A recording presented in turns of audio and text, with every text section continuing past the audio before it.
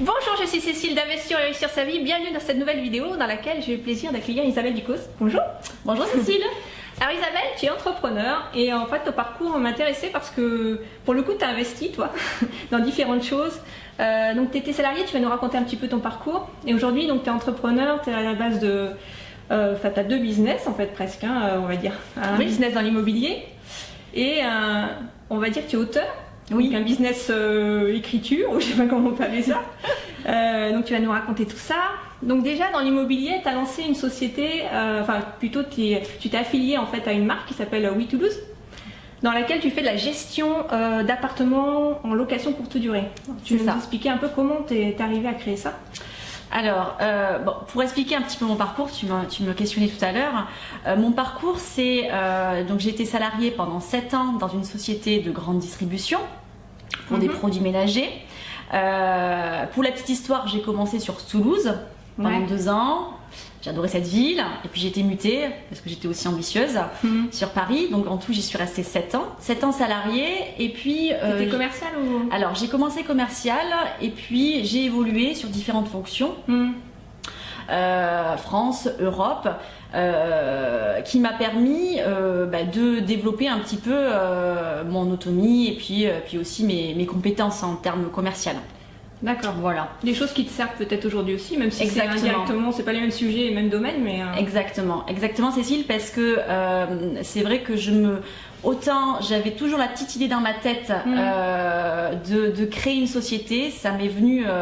alors à la fin de mes études, je suis partie en Australie pendant un peu moins d'1 an. Et c'est là où a germé un peu en moi l'idée de créer une société. J'ai rencontré des personnes qui m'ont vraiment attirée sur le côté entrepreneuriat. Et j'avais cette petite idée dans la tête. Un peu comme moi, ouais, c'est bien. Ouais, une fois toi aussi. D'accord. Et du coup, je me voyais quand même pas créer ma société sans passer par être salariée tout simplement. D'accord. Parce tu voulais que avoir une expérience. Oui, je me sentais pas assez mature pour tout de suite développer ma société. Donc on va dire que le fait d'avoir travaillé en tant que salarié pendant 7 ans m'a vraiment beaucoup apporté. Et c'est quoi qui a en fait le déclic pour passer vraiment le cap et se dire bah, j'y vais? Alors le déclic, c'est j'avais beaucoup d'amis qui faisaient de la location saisonnière. Sur Paris, ça se développait énormément il y a 4 ans, j'étais il y a 4 ans. C'était le plein boom, voilà, comment optimiser, rentabiliser quand on part en vacances son appartement, on le loue en saisonnier et puis ça arrondit les fins de mois. Donc il y avait ce contexte-là à Paris. Et puis une rencontre qui a été déterminante pour moi, c'est lors d'une soirée, j'ai discuté avec Anne-Sophie Hébard de Oui Paris. D'accord, ok. Voilà. Donc ça, en fait, c'est marrant parce que les soirs, tu parles d'une soirée, j'ai l'impression que tu es très active dans tout ce qui est networking, entre guillemets. Oui, Est-ce que ça, c'est une des clés de succès? Oui. Ouais. Pour moi, oui. Ouais. Oui. Rencontrer des gens, discuter, les réseaux, pour moi, c'est essentiel quand on veut développer un business pour se faire connaître justement. Oui. Et puis aussi pour avoir l'œil ouvert. Parce que il se passe beaucoup de choses, et les marchés évoluent énormément dans tous les secteurs. Et pour créer sa société, il faut vraiment être en veille tout le temps. Donc ça passe par les médias, mais ça passe aussi par les rencontres, les discussions, les échanges. Pour moi, toutes les personnes que j'ai rencontrées m'ont tout apporté. Ouais, c'est ça. On apprend toujours un petit truc. Oui. Soit sur son marché qui évolue, voilà. parce que les autres ils ont des pratiques qui sont peut-être un peu différentes. Voilà. Ou alors sur peut-être des opportunités qui peuvent se créer, des choses. Exactement. Et donc tu rencontres cette personne de We Toulouse. Donc de Oui Paris. De Oui Paris. Ce qui n'existait pas encore, We Toulouse. Exactement. C'est toi qui l'as lancé. Exactement. Et je rencontre, donc je discute avec Anne-Sophie et je parle d'une volonté de partir sur Toulouse et de créer un business plutôt autour de la ville de Toulouse, parce que je suis une grande amoureuse de Toulouse. Voilà, j'adore l'ambiance, donc je sors un petit peu pas mal quand même. Donc voilà, c'est vrai que j'adore Toulouse, et puis voilà, sortir, rencontrer l'ambiance, la culture, etc. Le fait aussi que ce soit pas très loin de l'Espagne, ce petit côté aussi espagnol que j'aime bien, voilà, sud. Et donc en discutant avec elle, je me suis rendu compte qu'il était possible d'allier à la fois un plaisir, une passion pour la ville, et puis un métier aussi, une activité. Et donc là, c'est sous forme de quoi? C'est pas une franchise, c'est un... Alors, c'est une sorte de franchise. Je suis liée à Oui Paris par une licence, par un contrat de licence de marque. D'accord. Tout à fait. Voilà. Donc, quand on en a parlé, vu qu'il y avait que Oui Paris qui existait, moi, ça m'a travaillé. Le fait qu'on ait parlé de cette possibilité d'allier, alors à la fois donc un blog pour échanger. Et finalement, c'est mon petit côté plaisir qui ne me rapporte absolument rien, mais c'est vraiment pour me faire plaisir. Là, tu donnes des infos sur la ville, voilà. Et pour les touristes aussi. Et pour les touristes. Du coup, qui est complètement en lien avec mon site, mon activité justement commerciale, qui est de proposer des appartements. Donc, il y a vraiment un lien, c'est que les touristes qui veulent réserver un appartement, ils peuvent aussi profiter des bons plans du blog. Donc, il y a vraiment un lien qui se fait. Et c'est complètement cohérent. Donc, bien sûr. Donc du coup, je me suis, après plusieurs échanges avec Oui Paris, j'ai été la première oui à la première oui hors Paris. Quoi. Voilà. D'accord. Ok. Voilà. Aujourd'hui, il y en a combien des oui? Il y a Oui Bordeaux aussi qui existe. Oui Bordeaux, d'accord. Voilà. Donc, okay. Et donc entre le moment où tu as fait cette rencontre et les échanges, etc., et le moment où tu as vraiment démarré, il s'est passé combien de temps en fait? Il s'est passé, on va dire, 6 bons mois. D'accord. 6 bons mois. Le temps de mettre en route le projet. Mettre en route le projet. De quitter ton job. De quitter mon job. De trouver un logement ici. Enfin bref, de déménager, de changer de région. De changer de région. Et puis aussi de travailler sur le business plan quand même, parce qu'on ne démarre pas une activité comme ça, on ne se met pas entrepreneur, on ne peut pas improviser. Donc la première étape, tu fais ton business plan. Voilà, je regarde si ça... Tu as regardé un petit peu la concurrence qu'il y avait aujourd'hui sur la ville. Sur la ville. Le potentiel aussi. Ouais. Voilà. Grosso modo, comme tu le sais, il y a quand même beaucoup de professionnels sur Toulouse avec Airbus, avec toutes les sociétés. Donc il y a un vrai marché. Alors après. Donc là concrètement, tu fais de la gestion pour des gens. Donc tu es intermédiaire en fait. Oui. Entre les personnes qui veulent louer leur appartement ou un appartement, c'est soit leur résidence, leur propre résidence, soit une résidence secondaire, on va dire. Et des gens qui veulent venir. Alors c'est plutôt quoi? C'est touristes. Le pourcentage c'est quoi? Alors je me permets juste de... Oui, je t'en prie. En fait c'est vraiment, Toulouse c'est vraiment une agence de location saisonnière. Parce que quand tu dis je fais le lien, pour moi celui qui fait le lien c'est Airbnb.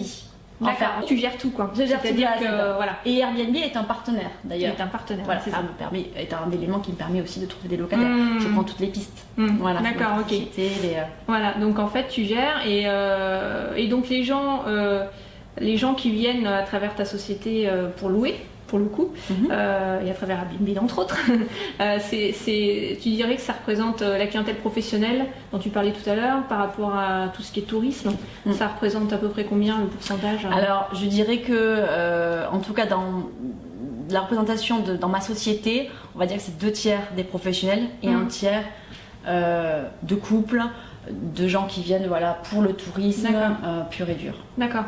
Donc du coup, tu as dû faire des démarchages auprès de, j'imagine, des professionnels? Oui. C'est une des clés aussi de réussite. C'est une des clés aussi. Dans ton business plan, c'était un des points que tu as avancé. Ouais. Tout à fait, des partenariats avec des sociétés toulousaines, donc notamment aérospatiale. Oui, bien sûr. Mais oui, c'est essentiel pour... D'accord. Et alors, quand tu as mis en route ton projet, donc aujourd'hui tu as 2 ans de recul à l'heure où on tourne cette vidéo. Oui. Donc c'est super parce qu'il y a beaucoup de sociétés qui passent pas la première ou deuxième année. Pour le coup, donc si tu avais vraiment des points clés qui ont été, on a parlé d'un des facteurs du succès qui était de faire du networking et de toujours rester en veille. Est-ce qu'il y a d'autres points qui pour toi sont vraiment essentiels et qui ont fait que ton activité aujourd'hui elle est là et puis qu'elle continue à prendre de l'ampleur? Alors, je dirais qu'il y a plusieurs clés pour être encore existant quand on crée une société. Je dirais que la première, c'est la motivation ou peut-être la persévérance. Parce que c'est vrai qu'au tout début, quand on crée une société, donc moi j'ai commencé, j'avais 2-3 appartements et c'était des appartements d'amis.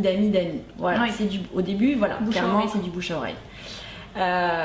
Il faut tout le temps être optimiste, il faut y croire en fait, tout simplement. Je pense que si on n'y croit pas, on peut pas y arriver. Ouais, c'est ça. Pour moi, voilà. Donc chaque jour se lever et faire une action et puis continuer en sachant que au départ tu démarres petit, puisque 2-3 appartements. C'est ça. Aujourd'hui tu as une trentaine d'appartements à gérer, tu me disais. Oui, un tout petit peu Donc plus. t'es passé quand même, t'as multiplié Ouais. par 10. Ouais. C'est top. Ouais. Et donc persévérance. Ouais. Persévérance, alors persévérance, motivation, optimisme, je dirais que c'est positivisme, c'est vraiment la même bulle en fait. Ouais. Bon, bien évidemment, il faut aimer travailler toute seule, donc être indépendant aussi, l'autonomie. Il faut aussi, je pense, que ce qui est important, c'est faire partie de réseaux. Alors, notamment à Toulouse. À Toulouse, clairement, c'est une ville de réseaux. Il y a des réseaux. C'est vrai. Importants. Il y a des réseaux que d'hommes, que de femmes. Il y a des multitudes de réseaux avec des thématiques. Et voilà, je pense que c'est essentiel à Toulouse de faire partie de réseaux parce que ça marche aussi par bouche à oreille. Oui. Voilà. Alors toi tu dis faire partie de réseau, est-ce que c'est pour t'aider dans ton activité ou est-ce que c'est vraiment purement, enfin aussi au niveau commercial, est-ce que les gens t'apportent du business en fait? Oui, c'est ça. C'est-à-dire c'est des sociétés par exemple, il y a des gens, des représentants de sociétés et tu vas être en contact et ils vont te donner un contact, ils vont faire que tu vas rentrer dans une société. Exactement. D'accord. C'est exactement ça. Alors il y a des réseaux payants, non payants. Moi j'ai fait partie d'un réseau qui s'appelle le BNI et c'est vrai que le principe c'était de se recommander entre nous. Alors on se connaissait. Parce que c'est aussi sur sélection, on sélectionnait les personnes qui en faisaient partie, on était une trentaine, et c'est vrai qu'on réfléchissait comment faire évoluer le business positivement, et ça passe par là. Alors après c'est multiple, c'est toute rencontre permet, donc il faut bouger, il faut sortir pour se faire connaître. Et je pense que d'ailleurs si à un moment donné on sort plus, et il se passe plus rien. Voilà. Donc c'est hyper important de rencontrer, de sortir, de se montrer quoi. Alors ce qui paraît un peu compliqué quand même quand on voit ça un peu de l'extérieur, on se dit ok super, je sors, je rencontre du monde, mais comment je fais pour gérer la logistique de mon business, parce que la location, moi je sais que j'ai des appartements aussi, j'en ai moins que toi, beaucoup moins à gérer, mais je me rends compte de la logistique que c'est, gérer la partie ménage, les accueils des gens, etc. Donc l'organisation, j'imagine qu'elle est aussi fondamentale pour ça. Elle est fondamentale. Comment toi t'as géré ça en fait, ton temps et puis... Alors, au départ, comme j'avais très peu d'appartements, c'est moi qui gérais tout de A à Z, donc j'ai mis la main à la pâte. D'accord. Voilà. Quelque part, tu as appris un peu le fonctionnement du métier. Exactement, et je pense que dans tout métier, de toute manière, il faut commencer comme ça. Et puis après, j'ai commencé à sélectionner, à voir un peu qui pouvait m'aider pour faire les entrées, pour faire les sorties, l'accueil, l'état des lieux d'entrée et de sortie, et les ménages, puisque c'est aussi un point ultra important dans la location saisonnière, le ménage. Et il faut qu'il soit bien fait, c'est Cécile. La notion de ménage, c'est important. C'est particulier à chacun, et elle est importante, elle est incontournable. Donc c'est trouver des partenaires, les tester d'abord, parce qu'il y a une multitude de possibilités pour trouver des gens qui font l'entrée, la sortie, le ménage. C'est trouver les bons partenaires. Ça c'est un élément important. Et puis après se faire une organisation, donc mettre toutes les applications sur le téléphone, Airbnb, etc. Son application à soi, parce que mon site est marchand aussi, donc il y a aussi des gens qui me contactent directement. Donc être tout le temps connecté finalement. Voilà. Les journées devaient être longues. Oui, au début. Oui. Après, on arrive à se créer une organisation à soi. C'est ce que j'ai fait aujourd'hui, et j'arrive à être un peu plus tranquille. Avant, c'était vraiment du 24 heures sur 24, 7 jours sur 7. Maintenant, j'arrive à aussi orienter et mettre en place des mails automatiques qui fait que ça roule. Tu dégages du temps. Voilà, tu dégages du temps. Ok, super. Voilà. Et alors, parallèlement à ça, donc ça c'est une activité déjà. Ça c'est ton activité principale. Voilà, exactement. Okay. Et puis comme t'avais pas assez les 24 heures, finalement t'avais peut-être une heure qui. T'avais 23 heures sur 24 heures. Je t'en ai un peu. Tu t'es lancé dans l'écriture d'un guide. C'est ça. Alors c'est un guide très particulier. Alors je vous avoue, je l'ai pas encore lu. Il est là. Alors Love à Toulouse. Love à Toulouse. Donc tu peux nous expliquer un peu comment est venue cette idée et puis comment tu t'es lancé dans ce projet en parallèle par rapport à ton activité principale. Alors comme je te disais tout à l'heure, j'ai en parallèle de mon activité un blog. Oui. Donc dans ce blog, je mets des articles sur des sorties, donc ça peut être des bars, des restaurants que j'ai aimés, en tête-à-tête ou entre amis, des expositions que j'ai aimées. Bon. Voilà à peu près le blog de quoi ça parle. Et puis, c'était l'été dernier, je reçois un mail sur ma boîte de travail. Et puis comme je suis super réactive, direct je le vois, connectée à fond, je le vois. Et là, donc une maison d'édition avait remarqué des articles que j'avais écrits sur mon blog sur la thématique de la Saint-Valentin. Voilà, sur l'amour. Sur l'amour. Voilà. Et sur justement comment planifier une Saint-Valentin à Toulouse. Et on est rentré en contact comme ça. Ouais. Et puis au fil de l'eau, on s'est mis d'accord pour que je sois l'auteur d'un nouveau guide qui sortait, qui s'appelle Love à Toulouse et qui fait partie de la collection Love in the City. D'accord, Love in the City. Oui, j'ai vu qu'il y avait plusieurs numéros. D'accord. Donc toi, tu es Love à Toulouse. Love à Toulouse, sachant que le premier qu'ils ont lancé, c'est Love à Venise. Ah, ok. Voilà. C'est un peu logique. Un peu logique. Mais le deuxième, c'est quand même Love à Toulouse. On a la ville rose, c'est pas dans tous les sens du terme. Ah ouais, c'est clair. Ouais, c'est clair. okay. Donc on a quand même une très bonne. Bon, bah c'est génial. Ouais, une très bonne chance. Donc ça, t'as démarré ça quand en fait, le projet? Alors j'ai démarré, donc c'était l'été où voilà, on s'est mis d'accord un petit peu sur le bouquin. Et puis j'ai commencé à l'écrire vraiment, on va dire septembre-octobre. Septembre-octobre. Ok, donc t'as mis... Septembre-octobre à fond. Ouais. À fond, c'est-à-dire que j'ai eu de la chance. Parce qu'en septembre-octobre, les locations battaient plein pot. C'est-à-dire que j'avais les appartements qui étaient complets, c'était une chance. De réservation. Donc déjà les réservations étaient... en octobre, ça a été le meilleur mois que j'ai eu. Donc j'ai vraiment eu de la chance parce que ça tournait vraiment... presque tout seul entre guillemets, j'étais toujours là bien sûr, mais je veux dire pour trouver les locataires, ça s'est hyper bien passé parce que j'avais déjà un planning de réservation complet. À l'avance quoi, un peu voilà. Donc j'ai eu cette chance là de pouvoir être tranquille entre guillemets sur l'écriture de mon livre et c'est une expérience dingue. Mais du coup donc alors tu parles en fait des endroits idéaux, donc c'est vraiment pour les amoureux, c'est ça? C'est ça, c'est un city guide pour les amoureux en tout genre. D'accord. Voilà. Okay. Donc, et tu donnes des bonnes adresses, des conseils pour passer un bon séjour à Toulouse en tant qu'amoureux, c'est ça? Exactement. Ok. Exactement. Alors, pour te donner un peu l'idée, c'est que, d'ailleurs, je peux citer, ça se définit comme un feel good guy qui a pour vocation à faire du bien, à inspirer les amoureux sans les stresser et leur proposer l'adresse qui fait mouche. Ok. Donc effectivement, je parle explorer tous ces endroits. Voilà, exactement. Wow. Donc ça parle de Nid d'amour, ça parle forcément de Oui Toulouse, mais ça parle, mais pas que. Et puis ça parle aussi donc main dans la main, les petites balades à faire en amoureux. D'accord. Alors bon, bien sûr, on parle du Capitole, mais pas que. On parle aussi d'autres endroits un peu plus cachés. Donc tu as dû faire un peu d'exploration par rapport à ça. Ça a dû prendre un peu de temps quand même. Comment tu réussis à gérer ça? Bon, ok, tu disais que tu avais de la chance par rapport à ton calendrier de réservation. Ouais, j'ai eu de la chance. Tu l'as écrit quand même pas en un mois. Tu dis le mois d'octobre. En 2 mois. En 2 mois, mais non-stop. C'est-à-dire que là, on ne voyait plus.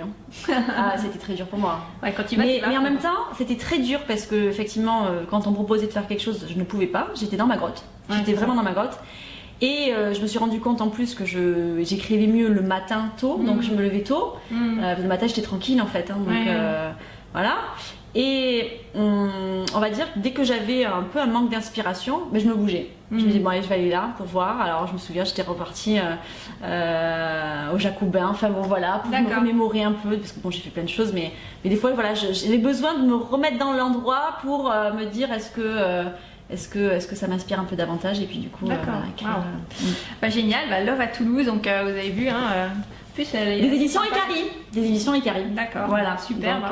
Donc on peut le trouver partout ce livre. Alors on peut le trouver partout sur Toulouse, donc même partout nationalement. Donc sur Toulouse il y a la Fnac, ici Cultura, il est dans toutes les librairies, en peau blanche, etc. Il peut se commander aussi sur le site directement de ma maison d'édition, qui est Icari, édition Icari. Il peut se commander aussi sur Amazon, sur voilà, partout. Vous avez plus qu'à l'acheter. Voilà. En plus, il a un prix très raisonnable. Oui, il est à 10,90 €. Donc voilà, ça vaut pas le coup de son prix. Voilà. Et alors dis-moi, par rapport à ce guide, donc est-ce que toi, ça t'apporte aussi pour ton business immobilier du coup, parce que c'est assez complémentaire de pouvoir. Déjà d'être auteur, c'est toujours un plus pour. Un plus. Ouais. C'est pour ça que j'ai aussi adhéré à ce projet, parce que je trouve qu'il y a vraiment un lien entre mon site, mon blog et le bouquin qui parle de Toulouse. Finalement, ça rejoint vraiment tout ce que je voulais. Voilà, c'est tout à fait complémentaire. Aujourd'hui, on va dire que c'est un plus. C'est un plus. Donc, mes clients, ils sont ravis quand je leur propose de... En plus, tu peux mettre ça dans les appartements. Oui, tout à fait.